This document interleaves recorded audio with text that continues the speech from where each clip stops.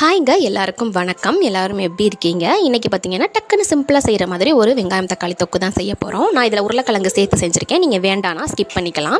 வெங்காயம் தக்காளியை நல்லா நைஸாக நறுக்கி எடுத்துக்கோங்க. ஒரு கடாயில் எண்ணெய் ஊற்றி சோம்பு கடுகு போட்டு நல்லா பொரிய விடுங்க. நறுக்கி வச்சுருக்க வெங்காயம் தக்காளியும் அதோட சேர்த்துருங்க. உப்பு போட்டு வேக விடுங்க. நல்லா கொள்ளைய வெந்ததுக்கு அப்புறமா நீங்கள் மிளகாத்தூள் காரத்துக்கு தகுந்த மாதிரி மிளகாத்தூள் சேர்த்து அதையும் நல்லா கொதிக்க விடுங்க. தண்ணி வேணும்னா சேர்க்கலாம், இல்லைனா ஸ்கிப் பண்ணிடலாம். ஏன்னா நம்ம செய்ய போகிறது தொக்கு ரெசிபி தான். அதனால் கெட்டியாக இருந்தால் தான் நல்லாயிருக்கும், சாப்பிட்றதுக்கும் நல்லாயிருக்கும். நீங்கள் தண்ணி தக்காளிலே நிறையா இருக்கும், அதனால் சேர்க்க வேண்டாம். வேணும்னா கொஞ்சமாக சேர்த்துக்கோங்க. மிளகா பொடி போட்டதுக்கப்புறமா எண்ணெய் பிரிஞ்சு வந்ததுக்கப்புறமா கடைசியாக நம்ம இறக்க போகும்போது 1 ஸ்பூன் அல்லது 2 ஸ்பூன் நம்ம இட்லி தோசைக்கு ஆட்டி வச்சுருக்க மாவு சேர்த்துட்டு நல்லா கிண்டி விட்டுட்டு ஒரு 5 நிமிஷம் கொதிக்க விட்டு இறக்குனீங்க அப்படின்னா ரொம்பவே டேஸ்ட்டான அல்டிமேட்டான தொக்கு ரெசிபி ரெடி ஆயிடுச்சு. ட்ரை பண்ணி பாருங்கள். கண்டிப்பாக டேஸ்ட் நல்லா இருக்குங்க. இட்லி தோசைக்கு ரொம்பவே நல்லாயிருக்கும். ட்ரை பண்ணி பாருங்கள். இந்த வீடியோ பிடிச்சிருந்துச்சு அப்படின்னா லைக் பண்ணுங்கள், ஷேர் பண்ணுங்கள், கமெண்ட் பண்ணுங்கள், கண்டிப்பாக சப்ஸ்கிரைப் பண்ணுங்கள். தேங்க்யூ.